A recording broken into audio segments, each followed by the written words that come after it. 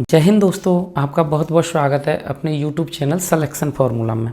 साथियों, आज world geography की कॉन्टिनेंटल सीरीज़ का हमारा 6वां वीडियो है। इससे पहले हम 5 वीडियो में क्रमशः Asia, Africa, north America, south America और यूरोप कॉन्टिनेंट को एग्ज़ाम के पॉइंट ऑफ व्यू से क्लियर कर चुके हैं। और आज के इस वीडियो में हम 2 कॉन्टिनेंट, एक ऑस्ट्रेलिया महाद्वीप और एक अंटार्कटिका महाद्वीप को एग्ज़ाम के पॉइंट ऑफ व्यू से कवर करेंगे। साथियों, इससे पहले के जो 5 वीडियो हैं वो एग्ज़ाम की दृष्टि से बहुत इम्पोर्टेंट हैं। अगर आपने वो वीडियोस ना देखे हों तो आप चैनल पर जाकर उनको देख सकते हैं। तो देर न करते हुए अपने वीडियो को शुरू करते हैं। तो दोस्तों, आज के वीडियो में हम सबसे पहले ऑस्ट्रेलिया महाद्वीप को कवर करेंगे और ऑस्ट्रेलिया महाद्वीप के बारे में जब हम पूरा जान लेंगे उसके बाद अंटार्कटिका महाद्वीप को कवर करेंगे। ठीक है दोस्तों, तो ऑस्ट्रेलिया महाद्वीप कहाँ है, कैसे है, कहाँ स्थित है, उसको जानने से पहले हम एक इम्पोर्टेंट चीज़ जान लेते हैं, ओशनिया महाद्वीप या ओशनिया क्षेत्र के बारे में। तो साथियों सबसे पहले जान लेते हैं हम ओशनिया महाद्वीप या ओशनिया क्षेत्र किसे कहते हैं। तो आपने कहीं कहीं देखा या सुना होगा कि ऑस्ट्रेलिया महाद्वीप को ओशनिया कहते हैं या ओशनिया ही ऑस्ट्रेलिया है। क्या है इन दोनों में? तो साथियों, ओशनिया महाद्वीप के कंपेयर में अगर आप एक वर्ड यूज़ करो ओशनिया क्षेत्र तो ज़्यादा बेहतर होगा। ठीक है, अब ओशनिया क्षेत्र में क्या आता है, तो प्रशांत महासागर में जो बिखरे हुए छोटे बड़े द्वीप हैं उन द्वीपों के पूरे समूहों को, पूरे क्षेत्र को ओशनिया क्षेत्र कहा जाता है। और इसमें मुख्य रूप से माइक्रोनेशिया, पॉलिनेशिया, मेलानेशिया, ऑस्ट्रेलिया और न्यूजीलैंड, ये सारे क्षेत्र सम्मिलित रूप से जिस क्षेत्र के अंतर्गत आते हैं उस क्षेत्र को या उस महाद्वीप को ओशनिया महाद्वीप कहा जाता है। ठीक है साथियों, यहाँ देख लेते हैं ऑस्ट्रेलिया, न्यूजीलैंड, मेलानेशिया, माइक्रोनेशिया और पॉलिनेशिया, इनको सम्मिलित रूप से ओशनिया कहा जाता है। पूरे ओशनिया महाद्वीप में साथियों जो ऑस्ट्रेलिया है वो सबसे बड़ा देश है और जो नोरू है वो सबसे छोटा देश है।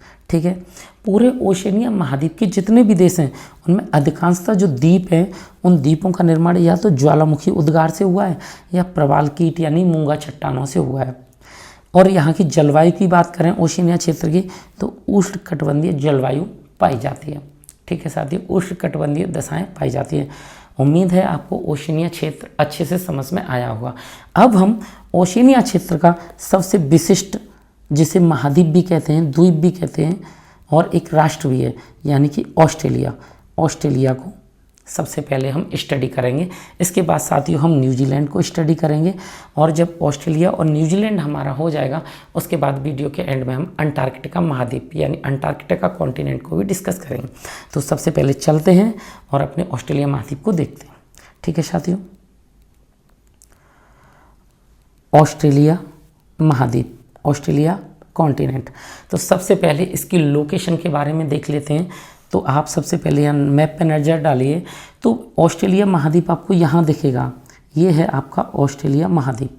ठीक है साथियों, अब ऑस्ट्रेलिया महाद्वीप की स्थिति जब आप देखेंगे तो ये आपको दक्षिणी गोलार्ध में पूरी तरह से शिफ्टेड हुआ दिखेगा। ये पूरी तरह से कहाँ स्थित है, दक्षिणी गोलार्ध में स्थित है और पूर्वी गोलार्ध में स्थित है। तो इसकी स्थिति बनती है दक्षिणी पूर्वी गोलार्ध में। ठीक है साथियों, इस महाद्वीप का विस्तार पूर्णतः दक्षिणी और पूर्वी गोलार्ध में है। अगर एशिया के सापेक्ष हम इसे देखते हैं, यहाँ ऊपर आपको एशिया दिखेगा, तो एशिया के सापेक्ष दक्षिण पूर्व में स्थित है। तो एशिया के सापेक्ष दक्षिण पूर्व में स्थित है। यह विश्व का सबसे छोटा महाद्वीप है। आपको यहाँ दिख भी रहा होगा साथियों, यहाँ सारे महाद्वीप दिखते हैं आपको, बस एक अंटार्कटिका नहीं दिख रहा जो मैप लगाया हुआ है। तो इसमें जो सबसे छोटा महाद्वीप है वो कौन सा है, ऑस्ट्रेलिया है। 7वें नंबर का महाद्वीप है हमारा। ठीक है, पहले नंबर की बात करें तो एशिया, दूसरे की बात करें अफ्रीका, तीसरे की बात करें तो उत्तरी अमेरिका, चौथे की बात करें दक्षिणी अमेरिका, 5वां साथियों यहाँ है अंटार्कटिका और 6वां यूरोप और 7वां है ऑस्ट्रेलिया। ठीक है साथियों, तो सबसे छोटा महाद्वीप ऑस्ट्रेलिया और जनसंख्या में भी ये सबसे छोटा महाद्वीप है, यानी जनसंख्या भी यहाँ की कैसी है, सबसे कम है। अब बात करते हैं कि इसके चारों ओर कौन कौन से सागर हैं, कौन कौन सी खाड़ें हैं। तो जब आप इसके उत्तर में देखोगे तो आपको यहाँ, अब नीचे वाले मैप पे देखना है आपको, जस्ट ऊपर देखोगे उत्तर में तो अराफुरा सागर मिलेगा देखने को और यहाँ इसके ऊपर यहाँ उत्तर में एक कारपेंट्रिया की खाड़ी भी दिखाई देगी। ठीक है साथियों। अगर आप इसके उत्तर पूर्व में देखोगे तो आपको यहाँ कोरल सागर दिखाई देगा। अगर आप इसके दक्षिण पूर्व में देखोगे तो तस्मान सागर दिखाई देगा। अगर आप इसके पश्चिम में देखोगे, उत्तर पश्चिम में, तो तिमोर सागर दिखाई देता है। ठीक है साथियों। और आप अगर इसकी इधर देखते हो पश्चिम में, तो आपको यहाँ हिंद महासागर दिखाई देता है। अगर आप इसके दक्षिण में देखोगे यहाँ नीचे, तो आपको ग्रेट ऑस्ट्रेलियन बाइट दिखाई देगी। ठीक है साथियों। तो ये इसके चारों तरफ सागरों की स्थिति है कि ऑस्ट्रेलिया के उत्तर में, तो ऑस्ट्रेलिया महाद्वीप के उत्तर में आराफुरा और कारपेंट्रिया की खाड़ी हैं। दक्षिण में बात करें तो ग्रेट ऑस्ट्रेलियन बाइट स्थित है। उत्तर पूर्व में ग्रेट बैरियर रीफ, ये आपको यहाँ पे दिखेगी ग्रेट बैरियर रीफ। ठीक है साथियों, ये है आपकी ग्रेट बैरियर रीफ। कोरल सागर, ये भी उत्तर पूर्व में, पश्चिम में तिमोर सागर और दक्षिण पूर्व में तस्मान सागर स्थित है। तो आपने ऑस्ट्रेलिया की स्थिति को देख लिया और मैप पर भी जान लिया उसके चारों ओर कौन कौन से सागर या कौन कौन सी खाड़ी स्थित हैं, ग्रेट बैरियर रीफ कहाँ स्थित है। ठीक है साथियों। अब आगे बढ़ते हैं, अब आगे देखते हैं कि यह महाद्वीप कहाँ स्थित है। तो यह हिंद महासागर और प्रशांत महासागर के बीच स्थित है। ये आपका ऑस्ट्रेलिया महाद्वीप, आपको यहाँ दिखेगा हिंद महासागर और यहाँ दिखेगा प्रशांत महासागर। ठीक है साथियों। तो ये इन दोनों महासागरों के बीच स्थित है। मकर रेखा इस महाद्वीप के लगभग बीचों बीच से होकर जाती है। ये है आपकी मकर रेखा। ठीक है। तो ये लगभग बीचों बीच से गुजर रही है। तो मकर रेखा इस महाद्वीप को दो भागों में बांट देती है। मान लो इन दोनों भागों का नाम ये भाग ए, भाग 2 हो गया। तो यहाँ क्या होता है साथियों, भाग ए ऊपर की तरफ विषुवत रेखा की तरफ है, तो यहाँ की जलवायु उष्ण होती है और नीचे भाग 2 की जलवायु कैसी होती है, शीतोष्ण होती है। इसे अभी हम आगे समझ लेंगे। शीतोष्ण, और ऊपर की कैसी होगी, यहाँ ज़्यादा गर्मी होगी इसलिए उष्ण जलवायु। ठीक है। तो मकर रेखा इस महाद्वीप के लगभग बीचों बीच से होकर गुजरती है। यहाँ कम वर्षा पाई जाती है। इस महाद्वीप में वर्षा कम होती है। सीमित जल पाया जाता है, कम वर्षा पाई जाती है। इसलिए इस महाद्वीप को क्या कहते हैं हम, प्यासी भूमि का देश। यहाँ से एग्जाम में क्वेश्चन आ जाता है, प्यासी भूमि का देश किस महाद्वीप को कहा जाता है। तो ऑस्ट्रेलिया महाद्वीप को कहा जाता है। यहाँ के जो मूल निवासी हैं ऑस्ट्रेलिया के, उनको साथियों एबॉर्जिन्स कहा जाता है। ठीक है। मूल निवासियों को क्या कहा जाता है, एबॉर्जिन्स। जल्दी से इसके मेन फैक्ट को रिपीट कर देते हैं। यह महाद्वीप हिंद महासागर और प्रशांत महासागर के बीच स्थित है। मकर रेखा इस महाद्वीप को लगभग बीचों बीच से काटती है। कम वर्षा और सीमित जल के कारण इसे प्यासी भूमि का देश कहते हैं। और यहाँ के मूल निवासियों को क्या कहा जाता है, एबॉर्जिन्स कहा जाता है। ठीक है साथियों, आगे बढ़ते हैं और अब समझते हैं कि ऑस्ट्रेलिया महाद्वीप का जो भौतिक विभाजन है वो कैसा है। तो साथियों, ऑस्ट्रेलिया को मुख्यतः 3 भौतिक प्रदेशों में बांटा जाता है। पहला पश्चिमी पठारी प्रदेश, दूसरा मध्यवर्ती निम्न भूमि, तीसरा उच्च पूर्वी भूमि या ग्रेट डिवाइडिंग रेंज कहते हैं। आप चाहो तो चौथी में भी बांट सकते हैं। तो चौथी वाली यहाँ होगी किनारे किनारे, बिल्कुल पूर्वी तटीय प्रदेश। ठीक है साथियों। पूर्वी तटीय प्रदेश से और यहाँ बीच में यहाँ तक आपको ये मिलता है ग्रेट डिवाइडिंग रेंज। ठीक है। और यहाँ साथियों इधर मिलता है आपको इस क्षेत्र में, ये है पश्चिमी पठारी क्षेत्र। ठीक है। और ये है ग्रेट डिवाइडिंग रेंज। तो ग्रेट डिवाइडिंग रेंज यहाँ है, पश्चिमी पठारी क्षेत्र यहाँ है, और इन दोनों के बीच में है मध्यवर्ती निम्न भूमि। ठीक है साथियों। तो ये क्या है, 3 यहाँ मुख्यतः 3 है, चौथा भी आप तटीय प्रदेश बना सकते हैं, पूर्वी तटीय प्रदेश। मुख्यतः 3 इसके भौतिक प्रदेश हैं। ये भौतिक प्रदेश आपने देख लिए मैप पर। अब हम आगे पढ़ते हैं और एक एक करके सारे भौतिक प्रदेशों की विशेषताएं देख लेते हैं। तो सबसे पहले हम देखेंगे पश्चिमी पठारी प्रदेश, इस वाले एरिया को, कि ये इसमें क्या विशेषता है। ठीक है। तो साथियों सबसे पहले देखते हैं पश्चिमी पठारी प्रदेश, पश्चिमी पठारी क्षेत्र। आप यहाँ मैप पर देख सकते हैं, जो रेड कलर के अंदर है वो आपका पश्चिमी पठारी प्रदेश है।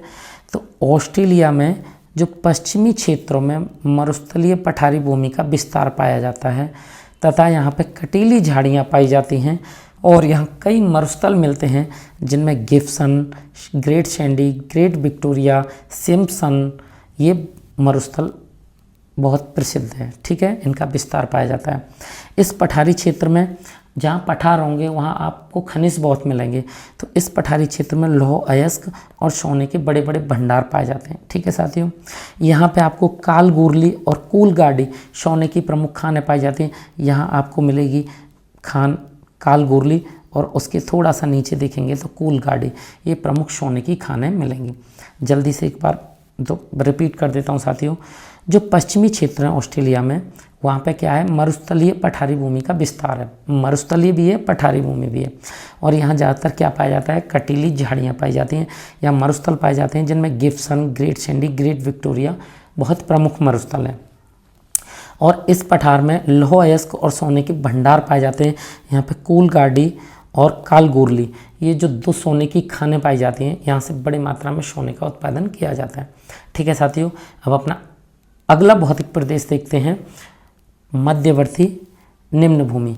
अब मध्यवर्ती निम्न भूमि में देखते हैं तो ये कहाँ स्थित है, तो ग्रेट डिवाइडिंग रेंज और पश्चिमी पठारी क्षेत्र के जो बीच में है ना, मध्य निम्न भूमि, इसी को कहते हैं हम मध्यवर्ती निम्न भूमि। इसका विकास कहाँ मिलता है, ग्रेट डिवाइडिंग रेंज और पश्चिमी पठारी क्षेत्र के बीच में।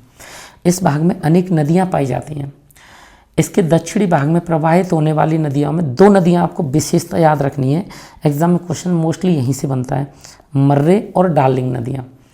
ठीक है, और इनका मुहाना कहाँ बनता है, ये निकलती तो हैं साथियों कहाँ से, ग्रेट डिवाइडिंग रेंज से, और गिरती कहाँ हैं, तो ऑस्ट्रेलियन बाइट में गिरती हैं। ठीक है, जो मर्रे और डार्लिंग नदियाँ हैं, उनका जो बेसिन है ना, वो कृषि क्षेत्र है और कृषि के लिए ऑस्ट्रेलिया का सबसे महत्वपूर्ण क्षेत्र है, सबसे उपजाऊ क्षेत्र है। ठीक है, इस क्षेत्र में क्या होता है, जो मध्यवर्ती निम्न भूमि है, यहाँ वर्षा की कमी रहती है, उसके बावजूद भी यहाँ जल संकट की स्थिति नहीं बनती। क्यों नहीं बनती साथियों, क्योंकि यहाँ कुछ कुएँ पाए जाते हैं, उत्स्रुत कुएँ, जिनको आप कह सकते हैं आर्टिजन बेल्स। आर्टिजियन बेल्स यहाँ पाए जाते हैं, इसलिए इस पूरे क्षेत्र को हम क्या कहते हैं, ग्रेट आर्टिजियन बेसिन भी कहते हैं। ठीक है साथियों, और इसी क्षेत्र में फ्लिंडर श्रेणी का विकास हुआ है। फ्लिंडर श्रेणी क्या है, फ्लिंडर श्रेणी एक मतलब उच्च भूमि है, उसका विकास भी यहीं हुआ है। ठीक है, आगे बढ़ते हैं और अब अपना अगला जो भौतिक प्रदेश है, ग्रेट डिवाइडिंग रेंज, उसे समझते हैं। अगला है पूर्वी उच्च भूमि या ग्रेट डिवाइडिंग रेंज। तो साथियों, ऑस्ट्रेलिया के जो पूर्वी तट है ना, उसके समांतर आप देखोगे ऊपर से नीचे, ऊपर कहाँ, केप यॉर्क प्रायद्वीप से लेके नीचे तस्मानिया द्वीप तक, पूरा ऊपर से नीचे तक एक पर्वतीय स्थलाकृति मिलती है, यानी पर्वतमाला मिलती है, और उसी पर्वतमाला को हम क्या कहते हैं, ग्रेट डिवाइडिंग रेंज कहते हैं। ठीक है, और ग्रेट डिवाइडिंग रेंज की जो सबसे ऊंची चोटी है, आपको इस महाद्वीप से लगभग एक ही अच्छी चोटी याद करनी है, उसका नाम है कोसियुस्को। कोसियुस्को यहाँ की सबसे ऊंची चोटी है, जिसकी ऊंचाई कितनी है, 2228 मीटर है, और यही ऑस्ट्रेलिया महाद्वीप की सबसे ऊंची चोटी है। ऑस्ट्रेलिया की सबसे ऊंची चोटी यही है। ठीक है साथियों, ऑस्ट्रेलिया महाद्वीप को आप यूँ भी समझ सकते हैं कि इसमें समतल भूमि ज़्यादा है। पठारी भूमि तो है, लेकिन फिर भी वो ऊपर से कैसी है, समतल है। पहाड़ भी यहाँ पर ज़्यादा ऊंचे नहीं हैं। ठीक है, तो जो ग्रेट डिवाइडिंग रेंज पर्वतमाला है, वो जल विभाजक का कार्य करती है। जल विभाजक का कार्य कैसे करेगी कि जहाँ से ग्रेट डिवाइडिंग रेंज का विस्तार है, उसके क्षेत्र से पूर्वी ढाल की तरफ भी कुछ नदियाँ बहती हैं। वो नदियाँ छोटी और तीव्र गति वाली होती हैं, क्योंकि उधर जो ढाल है वो तीव्र है। और पश्चिमी ढाल की बात करें तो साथियों, उधर ढाल मंद है, तो वहाँ लंबी नदियाँ और मंद गति वाली नदियाँ आपको देखने को मिलती हैं। और इन्हीं नदियों में, पश्चिमी ढाल वाली नदियों में सबसे ज़्यादा इंपॉर्टेंट 2 ही नदियाँ, पहले भी बता चुका हूँ, मर्रे और डार्लिंग नदियाँ, ये प्रमुख है। जल्दी से एक बार इसके इंपॉर्टेंट फैक्ट को फिर से रिपीट कर लेते हैं ग्रेट डिवाइडिंग रेंज के। तो साथियों, इसका विस्तार कहाँ मिलता है, केप यॉर्क प्रायद्वीप से लेकर तस्मानिया द्वीप तक मिलता है, ऊपर से नीचे। ठीक है, तट के समानांतर ग्रेट डिवाइडिंग रेंज का विस्तार मिलता है। कोसियुस्को इसकी सबसे ऊंची चोटी है, जिसकी ऊंचाई है 2228 मीटर, ये ऑस्ट्रेलिया की सर्वोच्च चोटी है। ग्रेट डिवाइडिंग रेंज किसका कार्य करती है, जल विभाजक का कार्य करती है। जो पूर्वी ढाल की ओर जो नदियाँ जाती हैं वो छोटी हैं और गति में तीव्र हैं। पश्चिमी ढाल की तरफ जो नदियाँ जाती हैं वो लंबी हैं और मंद गति वाली हैं, और इनमें मर्रे और डार्लिंग नदियाँ सबसे प्रमुख हैं। ठीक है साथियों, तो ये हमने ऑस्ट्रेलिया के तीनों भौतिक प्रदेशों को बहुत अच्छे से समझ लिया है। अब हम आगे बढ़ते हैं साथियों और जान लेते हैं ऑस्ट्रेलिया की प्रमुख पर्वतों के बारे में। सॉरी दोस्तों, मैं आपको बता रहा हूँ, मेरा गला थोड़ा सा ज़्यादा ही ख़राब है, इसलिए आवाज़ थोड़ी सी अलग आ रही हो तो आप मैनेज करिएगा। ठीक है, अब हम देख लेते हैं ऑस्ट्रेलिया के प्रमुख पर्वत। अब ऑस्ट्रेलिया में साथियों आपको कई सारी पर्वतमालाएं देखने को मिलती हैं, लेकिन हम उनमें से कुछ प्रमुख पर्वतमालाओं के नाम देख लेंगे, क्योंकि क्वेश्चन सीधा ऐसे आ जाता है कि ये वाली पर्वतमाला कहाँ स्थित है, उसमें ऑप्शन दे दिए जाएंगे आपको, ठीक है। और ऊंची चोटियाँ ज़्यादा देखने की ज़रूरत नहीं है, क्योंकि ऑस्ट्रेलिया की जो सबसे ऊंची चोटी है वही इंपॉर्टेंट है जो आपको बता दी गई है, ठीक है। तो पर्वतमाला देखते हैं। तो साथियों डार्लिंग रेंज ये आपको दिखेगी बिल्कुल दक्षिण पश्चिम में, आपको यहाँ पे ये पर्वतमाला दिखेगी, ठीक है। एक है मैकडोनल्ड रेंज, ये आपको ऑस्ट्रेलिया महाद्वीप के लगभग बीचों बीच देखने को मिलेगी। ब्लू माउंटेन ये आपको दक्षिणी पूर्व ऑस्ट्रेलिया में देखने को मिलेगी, ठीक है। माउंट ग्रे पर्वतमाला है वो आपको यहाँ देखने को मिलेगी। मुस्ग्रेव पर्वत ये आपको यहाँ देखने को मिलेगा, मुस्ग्रेव ये आप बस इतना है। ग्राम्पियन पर्वत ये आपको यहाँ देखने को मिलेगा। आपको बस इन पर्वतमालाओं के नाम याद होना चाहिए कि हाँ ये पर्वतमालाएं ऑस्ट्रेलिया की हैं। तो Darling Range, McDonald Range, Blue Mountain, Mount Grey, Musgrave श्रेणी, ग्राम्पियन श्रेणी ये कहाँ की हैं? तो ये ऑस्ट्रेलिया की पर्वतमाला है और इनकी लोकेशन आप मैप पे देख ही चुके हैं, ठीक है साथियों। तो साथियों अब देख लेते हैं ऑस्ट्रेलिया के प्रमुख मरुस्थल। तो ऑस्ट्रेलिया में कुछ मरुस्थल हैं जो बहुत ही फेमस हैं, जहाँ से एग्जाम में अक्सर क्वेश्चन बनते हैं, ठीक है। ग्रेट सैंडी मरुस्थल, ग्रेट सैंडी आपको यहाँ दिखेगा, ग्रेट सैंडी मरुस्थल, ठीक है। ग्रेट विक्टोरिया मरुस्थल आपको इधर मिलेगा। सिम्पसन मरुस्थल ये आपको यहाँ मिलेगा साथियों। गिब्सन आपको यहाँ देखने को मिलेगा। और स्टुअर्ट मरुस्थल या स्टुअर्ट मरुस्थल भी बोल सकते हैं आप इसे, ये आपको यहाँ देखने को मिलेगा, ठीक है। तो ये आपकी कुछ प्रमुख मरुस्थल हैं और मैप पे आपने उनकी लोकेशन देख ली। आप साथियों एक मरुस्थल और फेमस है, तानामी मरुस्थल, इसको भी याद रखिएगा, ठीक है। तो ये हमारे प्रमुख मरुस्थल थे जो हमने मैप पर देख लिए हैं। तो साथियों अब देख लेते हैं हम प्रमुख नदियों को, ऑस्ट्रेलिया की प्रमुख नदियाँ। तो मर्रे नदी और डार्लिंग नदी ये सबसे इम्पोर्टेंट नदियाँ हैं और ये दोनों ही नदियाँ यहाँ ग्रेट डिवाइडिंग रेंज इधर जो है वहाँ से आपको निकलती हुई दिखेंगी और कहाँ गिरती हैं? ऑस्ट्रेलियन बाइट में गिरती हैं, ठीक है। यहाँ आपको विक्टोरिया नदी यहाँ उच्च भूमि से पठारी क्षेत्र से निकलती है और यहाँ पे अराफुरा सागर में जाके गिरती है, ये विक्टोरिया नदी। स्वान नदी, यहाँ आपको स्वान नदी मिलेगी जो यहाँ पठारी क्षेत्र से निकलेगी और कहाँ जाके निकलेगी? हिंद महासागर में जाके गिरती है। डी ग्रे नदी साथियों यहाँ से निकलती है, ये है, और ये आपको यहाँ गिरती हुई दिखेगी हिंद महासागर में, ठीक है। गिलबर्ट नदी की लोकेशन आप यहाँ देख सकते हैं जो कारपेंट्रिया की खाड़ी में गिरती है और ग्रेट डिवाइडिंग रेंज से ही निकलती है, ठीक है साथियों। तो ये ऑस्ट्रेलिया की प्रमुख नदियां हैं जहाँ से एग्जाम में क्वेश्चन बनते हैं। अब आगे बढ़ते हैं और अब देख लेते हैं ऑस्ट्रेलिया की प्रमुख झीलें, ठीक है। ऑस्ट्रेलिया में ज़्यादा इम्पोर्टेंट 3 ही झीलें, ज़्यादातर क्वेश्चन इन 3 ही झीलों से आते हैं, आयर झील, डिसअपॉइंटमेंट लेक और ऑस्टिन झील, ठीक है। आयर झील इसलिए फेमस है, आप इसकी लोकेशन भी देख सकते हैं और ये पूरे ऑस्ट्रेलिया महाद्वीप का निम्नतम बिंदु है। डिसअपॉइंटमेंट लेक आप मैप पर यहाँ देख सकते हैं और ऑस्टिन लेक आप मैप पर इधर देख सकते हैं। तो ये हमारी ऑस्ट्रेलिया की प्रमुख झील हैं। ऑस्ट्रेलिया में वैसे हज़ारों में संख्या में झीलें हैं, छोटी छोटी बहुत ज़्यादा, लेकिन एग्ज़ाम की दृष्टि से ये ज़्यादा इम्पोर्टेंट है, ठीक है साथियों। आगे बढ़ते हैं और अब देखते हैं हम ऑस्ट्रेलिया की प्रमुख जल संधियाँ। तो ऑस्ट्रेलिया के अंदर आपको 2 प्रमुख जल संधियाँ देखने को मिलती हैं। एक है टॉरस जल संधि जो आपको यहाँ दिखेगी ऊपर, ठीक है साथियों, यहाँ पे टॉरस जल संधि। अब आप क्या देखेंगे कि ये जो टॉरस जल संधि है ये ऑस्ट्रेलिया को, ये पूरा ऑस्ट्रेलिया इसको किससे? न्यू गिनी द्वीप से अलग करती है। जल संधि में पहले भी बता चुका हूँ, 2 भूखंडों को अलग करती है और 2 जल राशियों को, वाटर बॉडीज़ को जोड़ती है, ठीक है। अब आपको यहाँ दिख रहा है अराफुरा सागर और यहाँ दिख रहा है कोरल सागर। तो जो टॉरस जल संधि है अराफुरा सागर और कोरल सागर को जोड़ती है, साथ ही ऑस्ट्रेलिया को और न्यू गिनी द्वीप को अलग करती है, ठीक है साथियों। ये हो गई हमारी टॉरस जल संधि। अब देख लेते हैं बास जल संधि। ये बिल्कुल आपको यहाँ दिखेगी ऑस्ट्रेलिया के बिल्कुल नीचे। ऑस्ट्रेलिया का जो द्वीप है ना तस्मानिया, ये वाला, इससे ऑस्ट्रेलिया की मुख्य भूमि को अलग करती है, ठीक है साथियों। 2 भूखंडों को अलग कर दिया। अब ये जोड़ती किसको है? तो तस्मान सागर और ऑस्ट्रेलियन बाइट को जोड़ती है। ये पूरा ऑस्ट्रेलियन बाइट है इधर, और यहाँ है तस्मान सागर। ठीक है साथियों, तो बास एक बार जल्दी से रिपीट कर देते हैं।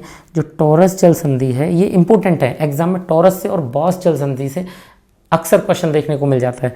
तो टॉरस जल संधि ऑस्ट्रेलिया को और न्यू गिनी द्वीप को अलग करती है, साथ ही कोरल सागर और अराफुरा सागर को जोड़ती है। वास जल संधि ऑस्ट्रेलिया की मुख्य भूमि को तस्मानिया द्वीप से अलग करती है, साथ ही तस्मान सागर और ऑस्ट्रेलियन बाइट को जोड़ती है।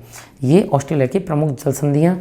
आगे बढ़ते हैं और अब देख लेते हैं साथियों हम ऑस्ट्रेलिया की जलवायु, कि यहाँ की जलवायु कैसी है। तो मैं पहले भी वैसे थोड़ा सा तो आपको बता चुका हूँ कि मकर रेखा इस महाद्वीप के बीच से होकर गुजरती है, तो दो तरह की जलवायु देखने को मिलती है, ऊपर उष्ण मकर रेखा के और मकर रेखा के नीचे शीतोष्ण। ठीक है, तो अधिकांश जो वर्षा है ऑस्ट्रेलिया की वो पूर्वी पठारी क्षेत्र और दक्षिणी पश्चिमी क्षेत्र में होती है, यानी कि सबसे कम वर्षा निम्न मध्यवर्ती जो निम्न भूमि है वहाँ होती है। ठीक है साथियों, सबसे कम वर्षा मध्यवर्ती निम्न भूमि में होती है। मकर रेखा ऑस्ट्रेलिया को दो जलवायुवीय प्रदेशों में बांटती है। इसके दक्षिण में यानी कि नीचे का हिस्सा वहाँ शीतोष्ण कटिबंधीय जलवायु मिलती है, और ऊपर उत्तर में उष्ण कटिबंधीय जलवायु देखने को मिलती है। ठीक है, बात करें साथियों तस्मानिया द्वीप की, तो तस्मानिया द्वीप चारों तरफ से समुद्र के बीच में है बिल्कुल, तो वहाँ समुद्री समकारी प्रभाव देखने को मिलता है। इसका मतलब है वहाँ वर्षा वर्ष भर होती रहती है पूरे साल में। और ऑस्ट्रेलिया में जो तूफान चक्रवात आते हैं साथियों, तूफान नहीं चक्रवात, उनको हम बिलीबिली कहते हैं। ठीक है, टाइफून टाइप का जो चक्रवात आता है उसे ऑस्ट्रेलिया में क्या कहा जाता है, तो विली कहा जाता है। ठीक है साथियों, जल्दी से साथियों एक बार आपको इसे रिपीट करा देता हूँ ऑस्ट्रेलिया की जलवायु को। तो जो अधिकांश वर्षा है ऑस्ट्रेलिया की वो पूर्वी पठारी क्षेत्र और दक्षिणी पश्चिमी क्षेत्र में ही होती है। सबसे कम वर्षा मध्यवर्ती निम्न भूमि में होती है। मकर रेखा ऑस्ट्रेलिया को दो जलवायुवीय प्रदेशों में बांट देती है। जो दक्षिण में है यानी कि नीचे वाला प्रदेश वो शीतोष्ण कटिबंधीय जलवायु पाई जाती है, और उत्तर में उष्ण कटिबंधीय जलवायु पाई जाती है। तस्मानिया द्वीप पर समुद्री समकारी प्रभाव देखने को मिलता है, बरसात वर्ष भर होती रहती है, और ऑस्ट्रेलिया में आने वाले चक्रवात को हम बिली कहते हैं। ठीक है साथियों, ये ऑस्ट्रेलिया की जलवायु। आगे बढ़ते हैं, अब देखते हैं ऑस्ट्रेलिया की वनस्पति। तो ऑस्ट्रेलिया महाद्वीप की वनस्पति कैसी है। तटीय क्षेत्रों में, जो तटीय क्षेत्र हैं ऑस्ट्रेलिया का पूर्वी तटीय क्षेत्र, वहाँ भारी वर्षा होने के कारण वनों का विकास हुआ है। ठीक है, मध्यवर्ती क्षेत्र में सबसे कम वर्षा पाई जाती है, तो वहाँ घास और कटीली झाड़ियाँ देखने को मिलती हैं। ऑस्ट्रेलिया में दो प्रकार की घास भूमियाँ पाई जाती हैं। दो तरह की जलवायु है साथियों, तो दो तरह की घास भूमियाँ पाई जाती हैं। जहाँ उष्ण कटिबंधीय जलवायु पाई जाती है उत्तर में मकर रेखा के ऊपर, वहाँ सवाना घास पाई जाती है। जहाँ शीतोष्ण कटिबंधीय घास मिलती है साथियों, यानी शीतोष्ण कटिबंधीय जलवायु पाई जाती है, वहाँ डाउन्स घास कहते हैं उसे। ठीक है, और ऑस्ट्रेलिया शुष्क और अर्धशुष्क से क्षेत्र हैं जो मरुस्थलीय क्षेत्र, वहाँ आपको नागफनी और कांटेदार पौधे देखने को मिलते हैं। ठीक है साथियों, ऑस्ट्रेलिया के बारे में ये भी बता दूं कि कंगारू यहाँ का मुख्य पशु है। ये क्षेत्रों में साथियों वनों का विकास हुआ है। मध्यवर्ती क्षेत्र में घास और कटीली झाड़ियाँ पाई जाती हैं। उष्ण कटिबंधीय जो घास है उसको हम सवाना घास कहते हैं, जो मकर रेखा के ऊपर पाई जाती है। दक्षिणी शीतोष्ण कटिबंधीय जो घास है उसे हम डाउन्स घास कहते हैं, जो मकर रेखा के नीचे पाई जाती है। ऑस्ट्रेलिया में शुष्क और अर्धशुष्क जो क्षेत्र हैं, मरुस्थलीय क्षेत्र, मरुस्थलीय पठारी क्षेत्र, वहाँ नागफनी कांटे जैसे, ठीक है, कांटेदार वृक्ष पाए जाते हैं। आगे बढ़ते हैं और अब देखते हैं ऑस्ट्रेलिया का कृषि और पशुपालन कैसा है। तो साथियों गेहूं ऑस्ट्रेलिया की प्रमुख फसल है, जो मुख्यतः कहाँ उगाई जाती है, तो न्यू साउथ वेल्स और पश्चिमी ऑस्ट्रेलिया में उगाई जाती है। गन्ना और कपास ये भी यहाँ अच्छे से उगाया जाता है, इनकी भी खेती प्रचुर मात्रा में की जाती है। और ये कहाँ की जाती है, तो क्वींसलैंड जो राज्य है वहाँ पे गन्ना और कपास की खेती होती है। दक्षिणी पश्चिमी ऑस्ट्रेलिया में रसदार फल, यानी कि वहाँ भूमध्य सागरीय जलवायु जैसी स्थितियाँ देखने को मिलती हैं, तो वहाँ रसदार फलों की खेती की जाती है, अंगूर और संतरा आदि की। ठीक है, मरे और डार्लिंग नदी का जो बेसिन है वो कृषि की दृष्टि से बहुत महत्वपूर्ण क्षेत्र है साथियों। तो वहाँ पे अच्छे चारागाह हैं, अच्छी कृषि होती है, तो वहाँ पे पशुपालन भी बृहद स्तर पे किया जाता है। और ऑस्ट्रेलिया के अंदर मरे डार्लिंग के बेसिन में भेड़ पालन को बृहद स्तर पर किया जाता है और यहाँ मैरिनो भेड़ सबसे ज़्यादा पाली जाती है। मैरिनो भेड़ सबसे अच्छी ऊन प्रोवाइड कराती है हमें। तो दुनिया में जो सबसे ज़्यादा ऊन उत्पादित होती है वो कहाँ से होती है? ऑस्ट्रेलिया से होती है। ठीक है, भेड़ पालन केंद्रों पर जो काम करने वाले मजदूर होते हैं उनको हम जेकारू कहते हैं। ऊन उत्पादन में ऑस्ट्रेलिया विश्व में अग्रणी स्थान रखता है। जल्दी से रिपीट कर लेते हैं। गेहूं ऑस्ट्रेलिया की प्रमुख फसल है, लेकिन न्यू साउथ वेल्स और पश्चिमी ऑस्ट्रेलिया में ही उगाई जाती है ज़्यादातर। गन्ना और कपास को प्रचुरता से क्वींसलैंड में किया जाता है। दक्षिणी पश्चिमी ऑस्ट्रेलिया में रसदार फल जैसे अंगूर और संतरा की खेती की जाती है। मरे और डार्लिंग का बेसिन में पशुपालन बृहद स्तर पर किया जाता है और यहाँ मैरिनो नामक भेड़ पाली जाती है। ठीक है, भेड़ केंद्रों पर जो मजदूर काम करते हैं उनको जेकारू कहते हैं और ऊन उत्पादन में विश्व में ऑस्ट्रेलिया नंबर 1 है। ठीक है साथियों, आगे बढ़ते हैं और अब जान लेते हैं खनिज और उद्योगों के बारे में। तो साथियों, पर्थ और बनबरी इसके 2 शहर हैं जो आपको पश्चिमी तट पर मिलते हैं देखने को। यहाँ पर तेल रिफाइनरीज हैं। ठीक है, ऑयल रिफाइनरीज आपको देखने को मिलती हैं। मेलबोर्न का जो जीलोंग प्रदेश है यहाँ आपको जहाज निर्माण देखने को मिलता है। न्यू साउथ वेल्स से आपको कोयला का उत्पादन देखने को मिलता है। कोयला यहाँ पे पाया जाता है न्यू साउथ वेल्स में। पिलबरा यहाँ का लौह अयस्क के लिए फेमस है, विश्व प्रसिद्ध है। वीपा जो कैप्योर्क प्रायद्वीप में है, ठीक है, वहाँ पे बॉक्साइट का उत्पादन देखने को मिलता है। यहाँ से बॉक्साइट देखने को ज़्यादा मिलता है। डार्विन एक द्वीप है यहाँ पे ऑस्ट्रेलिया का, जो ऊपर है ऑस्ट्रेलिया के उत्तर में। यहाँ से यूरेनियम आपको प्राप्त होता है। ठीक है साथियों, ये ऑस्ट्रेलिया के प्रमुख खनिज हैं। रिपीट कर लेते हैं। पर्थ और बनबरी से तेल रिफाइनरीज, मेलबोर्न के जीलोंग प्रदेश से जहाज निर्माण होता है। न्यू साउथ वेल्स में कोयला, पिलबरा लौह अयस्क के लिए प्रसिद्ध है। वीपा कैप्योर्क प्रायद्वीप का बॉक्साइट के लिए प्रसिद्ध है और डार्विन यूरेनियम के लिए प्रसिद्ध है। ये यहाँ के प्रमुख खनिज और उद्योग धंधे हैं। ठीक है साथियों, आगे बढ़ते हैं और अब देख लेते हैं हम अपना न्यूजीलैंड। ठीक है साथियों, न्यूजीलैंड ऑस्ट्रेलिया के आप देखेंगे तो दक्षिण पूर्व में पड़ता है। उसकी स्थिति के बारे में जान लेते हैं। तो जो न्यूजीलैंड देश है वो 2 प्रमुख द्वीपों पर स्थित है। एक है साथियों, यहाँ मैप में देख लेते हैं, उत्तरी द्वीप, ये उत्तरी द्वीप है और नीचे है दक्षिणी द्वीप। ठीक है, तो उत्तरी द्वीप और दक्षिणी द्वीप पर स्थित है पूरा न्यूजीलैंड, 2 द्वीपों पर। और इन दोनों द्वीपों को जो अलग करता है ना बीच में, वो है यहाँ पे कुक जल संधि। ठीक है साथियों, कुक जल संधि इन दोनों द्वीपों को अलग करती है। दक्षिणी द्वीप के नीचे भी आपको एक द्वीप और देखने को मिलता है जिसका नाम है साथियों स्टेवर्ट द्वीप। आपको यहाँ देखने को मिलेगा, ये है आपका स्टेवर्ट द्वीप। और दक्षिणी द्वीप और स्टेवर्ट द्वीप को जो जल संधि अलग करती है उसका नाम है फोवियोक्स जल संधि। ठीक है, तो वहीं फोवियोक्स जल संधि दक्षिणी द्वीप व स्टेवर्ट द्वीप को अलग करती है। ठीक है, भौगोलिक दशाओं के कारण न्यूजीलैंड की जो जलवायुवीय दशाएं, भौगोलिक दशाएं वो ऐसी हैं यूरोप के ब्रिटेन जैसी, इसलिए न्यूजीलैंड को दक्षिण का ब्रिटेन कहते हैं।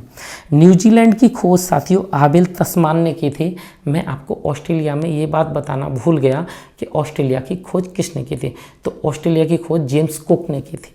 ठीक है, जेम्स कुक और आबिल तस्मान दोनों भी बता सकते हैं, लेकिन एग्जाम में आपको जेम्स कुक आ रहा है तो ऑस्ट्रेलिया के लिए जेम्स कुक लगाना है और न्यूजीलैंड के लिए आबिल तस्मान लगाना है। ठीक है साथियों, तो न्यूजीलैंड की खोज आबिल तस्मान ने की थी।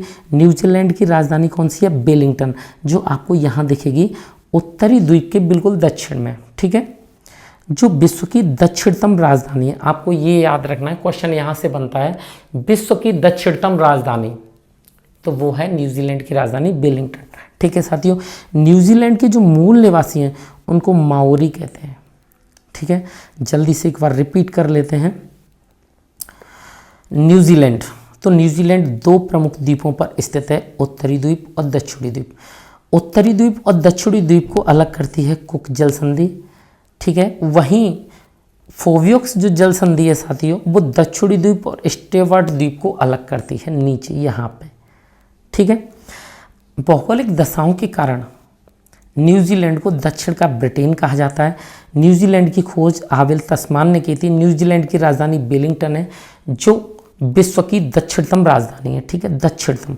न्यूजीलैंड के मूल निवासियों को माओरी कहा जाता है। न्यूजीलैंड का दक्षिणी द्वीप है वो क्षेत्रफल की दृष्टि से सबसे बड़ा द्वीप है न्यूजीलैंड का, जिस पर एक पर्वत आपको मिलता है देखने को, उसकी लोकेशन आपको यहाँ देखने को मिलेगी, ठीक है। और इसे बोलते हैं दक्षिणी आल्प्स, ठीक है। तो दक्षिणी द्वीप पर एक पर्वतमाला देखने को मिलती है जिसे दक्षिणी आल्प्स बोला जाता है, क्योंकि आल्प्स पर्वत यूरोप में मिलता है, भौगोलिक दशाएं वहीं जैसी हैं, तो इस पर्वत का नाम दक्षिणी आल्प्स है, ठीक है। दक्षिणी आल्प्स की जो सबसे ऊंची चोटी है वो माउंट कुक है। माउंट कुक को आप यहाँ देख सकते हैं। इस द्वीप के पूर्वी क्षेत्र में जलोढ़ मृदा पाई जाती है। ये वाली स्थान पर जहाँ आपको ग्रीन पार्ट दिख रहा है, यहाँ जलोढ़ मृदा पाई जाती है और जो मैदान बनता है उसे कैंटरबरी का मैदान कहते हैं, ठीक है साथियों। ये आपका कैंटरबरी का मैदान है। न्यूजीलैंड के उत्तरी द्वीप पर वोकाटो नदी बहती है। उत्तरी द्वीप पर यहाँ आपको इस झील से निकलते हुए एक नदी दिखेगी जो यहाँ ऊपर गिरती है। ये टापो झील है जिसे हम आगे पढ़ेंगे। टापू झील से एक नदी निकलती है जो न्यूजीलैंड की सबसे बड़ी नदी है, जो ऑकलैंड प्रायद्वीप के पास जाके गिरती है, ठीक है। तो जिस नदी का नाम है वोकाटो नदी। तो न्यूजीलैंड की सबसे लंबी नदी वोकाटो नदी है, ठीक है। उत्तरी द्वीप के उत्तर पश्चिम की विस्तार को ऑकलैंड प्रायद्वीप कहते हैं। यहाँ आपको ऑकलैंड प्रायद्वीप देखने को मिलता है। उत्तरी पश्चिमी विस्तार को क्या कहते हैं? उत्तरी द्वीप का ऑकलैंड प्रायद्वीप, ठीक है साथियों। आगे बढ़ते हैं। न्यूजीलैंड का जो उत्तरी द्वीप है, अब साथियों हम इस ऊपर वाले द्वीप की बात कर रहे हैं। यहाँ आपको गर्म झरने देखने को मिलते हैं जिन्हें आप गीजर कह सकते हैं। यानी कि गीजर कहाँ देखने को मिलते हैं? तो उत्तरी द्वीप पर। न्यूजीलैंड की सबसे बड़ी झील कौन सी है? तो टापू झील है। यहाँ आप टापू झील को लोकेट कर सकते हैं। यहाँ यूरोपीय तुल्य जलवायु प्रदेश देखने को मिलता है। यहाँ यूरोपीय तुल्य जलवायु का प्रभाव देखने को मिलता है, यूरोप जैसी जलवायु, ठीक है। सर्वाधिक वर्षा कहाँ होती है? तो वो दक्षिणी द्वीप के पश्चिमी तट पर होती है। यहाँ आपको सर्वाधिक न्यूजीलैंड की वर्षा देखने को मिलेगी दक्षिणी द्वीप के पश्चिमी तट पर। एमू, कीवी, कूकाबुर्रा यहाँ के प्रमुख पक्षी हैं। कैंटरबरी के मैदान कृषि की दृष्टि से न्यूजीलैंड का सर्वाधिक महत्वपूर्ण मैदान है और यहाँ क्या किया जाता है? गेहूं का उत्पादन किया जाता है। न्यूजीलैंड का जो कैंटरबरी का मैदान है बहुत ही अच्छा है, यहाँ गेहूं का उत्पादन भी अच्छा होता है, इसलिए यहाँ पशुपालन और डेयरी उद्योग अत्यधिक विकसित है। जो माओरी जनजाति है ना, जो मूल निवासी हैं यहाँ के माओरी जनजाति के न्यूजीलैंड के, वो हांगानुई नदी, इस नदी पर निर्भर हैं और इस नदी को वो सबसे ज़्यादा पवित्र मानते हैं और इस नदी को वो जीवित मानव का दर्जा देते हैं। और यहाँ आपको मिलेगी वांगानुई नदी, वांगानुई नदी, ठीक है साथियों। रिपीट करते हैं, पहले मैप पर देख लेते हैं। ये हमारा उत्तरी द्वीप है, ये दक्षिणी द्वीप है, ठीक है। तो अगर गर्म झरने मिलेंगे तो हमें कहाँ मिलेंगे? उत्तरी द्वीप पर हमें गर्म झरने या गीजर देखने को मिलते हैं। उत्तरी द्वीप पर ही एक सबसे बड़ी झील है न्यूजीलैंड की, टापू। यहाँ यूरोपीय तुल्य जलवायु देखने को मिलती है। अगर सबसे अधिक वर्षा की बात करें तो वो यहाँ होती है, यानी कि दक्षिणी द्वीप के पश्चिमी तट पर। एमू, कीवी, कीकाबुर्रा ये न्यूजीलैंड के प्रमुख पक्षी हैं। कैंटरबरी मैदान ये साथियों कृषि की दृष्टि से सर्वाधिक महत्वपूर्ण है, जो आपको यहाँ देखने को मिलता है, कैंटरबरी का मैदान, ठीक है। गेहूँ यहाँ सर्वाधिक उत्पादित किया जाता है और यहाँ पशुपालन और डेयरी उद्योग बहुत ज़्यादा विकसित है। जो माओरी जनजाति है न्यूजीलैंड की, जो मूल निवासी हैं, वो वांगानुई नदी पर डिपेंड करते हैं और यहाँ आपको देखने को मिलेगी वांगानुई नदी, ठीक है, जिसको जीवित मानव का दर्जा प्राप्त है। ये नदी टापू झील के थोड़ा नीचे से निकलती है, आगे गिरती है। आगे बढ़ते हैं साथियों। ये हमने न्यूजीलैंड को पढ़ लिया है पूरी तरह से। उम्मीद है आपको न्यूजीलैंड अच्छे से समझ में आया होगा। अब हम देखते हैं अंटार्कटिका महाद्वीप, ठीक है साथियों। अंटार्कटिका महाद्वीप, अंटार्कटिका महाद्वीप के बारे में आपको बस बेसिक नॉलेज होना ज़रूरी है। यहाँ से एग्ज़ाम में बहुत ज़्यादा क्वेश्चन देखने को नहीं मिलते, लेकिन जहाँ से एग्ज़ाम में देखने को क्वेश्चन मिलेंगे उस पॉइंट को हम ज़रूर डिस्कस करेंगे। तो शुरू करते हैं। सबसे पहले जब आपको इसको मतलब ग्लोब पर लोकेट करोगे साथियों, तो ग्लोब का जो नीचे का हिस्सा है, जहाँ ग्लोब मतलब रुकी रहती है, तो वहाँ आपको लगभग गोलाकार आकृति में नीचे जब ग्लोब को उल्टा करके देखोगे तो आपको अंटार्कटिका महाद्वीप दिखेगा, अंटार्कटिका महाद्वीप की स्थिति दिखेगी। तो ये आप मैप में यहाँ देख सकते हो अंटार्कटिका महाद्वीप की स्थिति। तो अंटार्कटिका महाद्वीप साथियों विश्व का 5वां सबसे बड़ा महाद्वीप है, ठीक है। पहला एशिया, दूसरा अफ्रीका, तीसरा उत्तरी अमेरिका, चौथा दक्षिणी अमेरिका, 5वां अंटार्कटिका, उसके बाद यूरोप और 7वां ऑस्ट्रेलिया, ठीक है। ये 7 ही महाद्वीप है। अंटार्कटिका महाद्वीप बिल्कुल दक्षिणतम महाद्वीप है, सबसे ज़्यादा दक्षिण में है। यहाँ हमेशा दक्षिणी ध्रुव पर भी कह सकते हैं बर्फ़ ही बर्फ़ पड़ती है, इसलिए इसे श्वेत महाद्वीप भी कहा जाता है। यहाँ की भौगोलिक दशाएं ऐसी हैं कि यहाँ बहुत तेज़ हवाएं चलती है, हमेशा बर्फ़ पड़ती है, बर्फ़ की चादर कभी हटती नहीं है।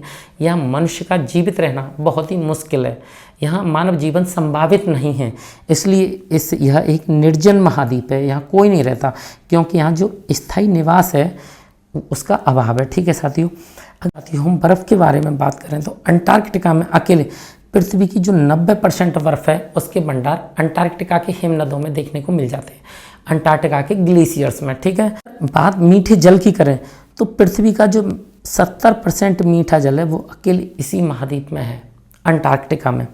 रॉस सागर और बेडल सागर, ये यहाँ से एग्जाम में क्वेश्चन बनता है, रॉस सागर कौन से महाद्वीप में है, बेडल सागर कौन से महाद्वीप में अवस्थित है। तो रॉस सागर और बेडल सागर दोनों अंटार्कटिका महाद्वीप में अवस्थित हैं। ठीक है, इस महाद्वीप को गतिशील महाद्वीप भी कहा जाता है अंटार्कटिका को। क्यों?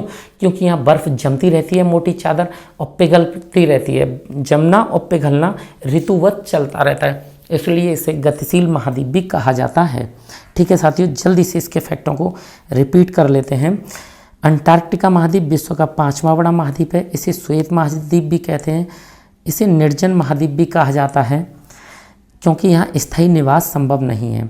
अंटार्कटिका महाद्वीप के जो ग्लेशियर हैं वहाँ विश्व के 90% बर्फ़ के भंडार पाए जाते हैं। इसी महाद्वीप पर विश्व के जो मीठा जल है उसका लगभग 70% मिलता है। रॉस सागर और बेडल सागर इसी महाद्वीप के हिस्सा हैं। इस महाद्वीप को गतिशील महाद्वीप कहते हैं, यहाँ बर्फ़ का प्रसार और पिघलना चलता रहता है ऋतुओं के अनुसार, इसीलिए इसे गतिशील महाद्वीप कहते हैं। आप एक बार यहाँ मैप पर भी देख लीजिए, अंटार्कटिका पर एक बड़ा पर्वत पाया जाता है जिसे हम ट्रांस अंटार्कटिका माउंटेन कहते हैं, ट्रांस अंटार्कटिक माउंटेन। ठीक है साथियों, अंटार्कटिका का मतलब अगर जानना है तो अंटार्कटिका का मतलब होता है जब आप उत्तरी ध्रुव को देखेंगे तो वहाँ आपको आर्कटिक सागर मिलता है, यानी उत्तरी ध्रुव पर आर्कटिक है तो आर्कटिक का विपरीत यानी उत्तरी ध्रुव के बिल्कुल विपरीत दक्षिणी ध्रुव पर अंटार्कटिक है। तो अंटार्कटिका का जो अर्थ है शाब्दिक वो होता है आर्कटिक के विपरीत। ठीक है साथियों, इसके बारे में यही इम्पोर्टेंट फैक्ट है कि विश्व का 5वां बड़ा महाद्वीप है, इसे श्वेत महाद्वीप कहते हैं, इसे निर्जन महाद्वीप कहते हैं। बर्फ़ का 90% भंडार यहीं पर है, विश्व की बर्फ़ के 70% मीठा जल इसी महाद्वीप में पाया जाता है। रॉस सागर बेडल सागर इसी महाद्वीप के हिस्सा हैं और इस महाद्वीप को गतिशील महाद्वीप भी कहा जाता है। थोड़े से फैक्ट और हैं उन्हें और देख लेते हैं, आगे बढ़। विश्व का सबसे बड़ा ग्लेशियर की बात करें साथियों, बर्फ़ का सबसे बड़ा ग्लेशियर तो लैम्बर्ट ग्लेशियर है विश्व का। यहाँ से क्वेश्चन बन सकता है विश्व का सबसे बड़ा ग्लेशियर कौन सा है, तो लैम्बर्ट ग्लेशियर, वो अंटार्कटिका महाद्वीप पर ही अवस्थित है। अंटार्कटिका महाद्वीप को विज्ञान के लिए समर्पित महाद्वीप कहा जाता है। यहाँ केवल वैज्ञानिक अपनी खोजों के लिए जाते हैं और हर देश के वैज्ञानिक यहाँ जा सकते हैं, इसके लिए अंटार्कटिका संधि पहले से ही हो रखी है। यहाँ मानवीय आवास नहीं हो सकता। अगर पॉल्यूशन की बात करें तो पूरी पृथ्वी पर सबसे कम पॉल्यूशन है तो अंटार्कटिका महाद्वीप पर है। ठीक है, क्योंकि यहाँ कोई भी मानवीय गतिविधि नहीं होती, केवल इतनी ही मानवीय गतिविधि होती है कि वैज्ञानिक अपनी रिसर्च कर सकें। ठीक है साथियों, विश्व की सबसे तीसरी लंबी पर्वतमाला ट्रांस अंटार्कटिक पर्वतमाला इसी महाद्वीप पर अवस्थित है। अंटार्कटिका के अगर कुछ जंतु और जीवों की बात करें तो यहाँ पर व्हेल, सील, पेंगुइन और क्रिल मछली पाए जाते हैं। यहाँ कुछ उड़ने वाले पक्षी भी पाए जाते हैं, उनमें अल्बाट्रोस और पेट्रल पक्षी बहुत प्रमुख हैं। ठीक है साथियों, यहाँ भारत के प्रमुख 3 अनुसंधान हैं जहाँ से एग्जाम में क्वेश्चन बन जाता है, आप इन्हें और याद कर लीजिए। भारत के प्रमुख अनुसंधान कौन कौन से हैं अंटार्कटिका पर, तो एक है दक्षिणी गंगोत्री, एक मैत्री और एक भारती। आपको ये भी याद रखना है कि जो दक्षिण गंगोत्री है वो अब बंद किया जा चुका है, मैत्री और भारती अभी भी संचालित हैं। ठीक है, एक बार रिपीट करते हैं साथियों, विश्व का सबसे बड़ा ग्लेशियर कौन सा है, लैम्बर्ट, वो कहाँ है, अंटार्कटिका महाद्वीप पर। अंटार्कटिका महाद्वीप को क्या कहा जाता है, विज्ञान के लिए समर्पित महाद्वीप, क्योंकि यहाँ वैज्ञानिक केवल रिसर्च कर सकते हैं, मानव यहाँ रह नहीं सकता अंटार्कटिका संधि के अनुसार। ठीक है, विश्व की तीसरी सबसे लंबी पर्वतमाला की बात करें तो वो कौन सी है, ट्रांस अंटार्कटिक पर्वत। ठीक है, जो इसी महाद्वीप पर है। यहाँ कुछ जंतु पाए जाते हैं, व्हेल, सील, पेंगुइन और क्रिल मछली, जो यहाँ के प्रमुख जंतु हैं। अल्बाट्रोस और पेट्रिल, यहाँ पे 2 पक्षी ऐसे पाए जाते हैं जो उड़ने वाले पक्षी यहाँ के प्रमुख। यहाँ साथियों भारत के 3 प्रमुख अनुसंधान केंद्र हैं, एक दक्षिण गंगोत्री, मैत्री और भारती, जिनमें से दक्षिण गंगोत्री बंद किया जा चुका है, मैत्री भारती अभी भी संचालित है। साथियों, आज इन दोनों कॉन्टिनेंट ऑस्ट्रेलिया महाद्वीप और अंटार्कटिका महाद्वीप को अच्छे से समझाने का प्रयास किया है और उम्मीद है आपको ये अच्छे से समझ में आए भी होंगे। तो साथियों, आज मैं वैसे बहुत परेशान था, मेरा गला ख़राब था। आगे जब मैं बिल्कुल सही हो जाऊंगा तो अगली वीडियो में आपको शायद मेरे जो आवाज़ से प्रॉब्लम अगर आई हो कुछ तो मैं माफ़ी चाहता हूँ, आगे से ये प्रॉब्लम नहीं आएगी। अगर साथियों आपको ये कंटेंट अच्छा लग रहा है तो आप चैनल को सब्सक्राइब करें, लाइक करें और शेयर करें। धन्यवाद।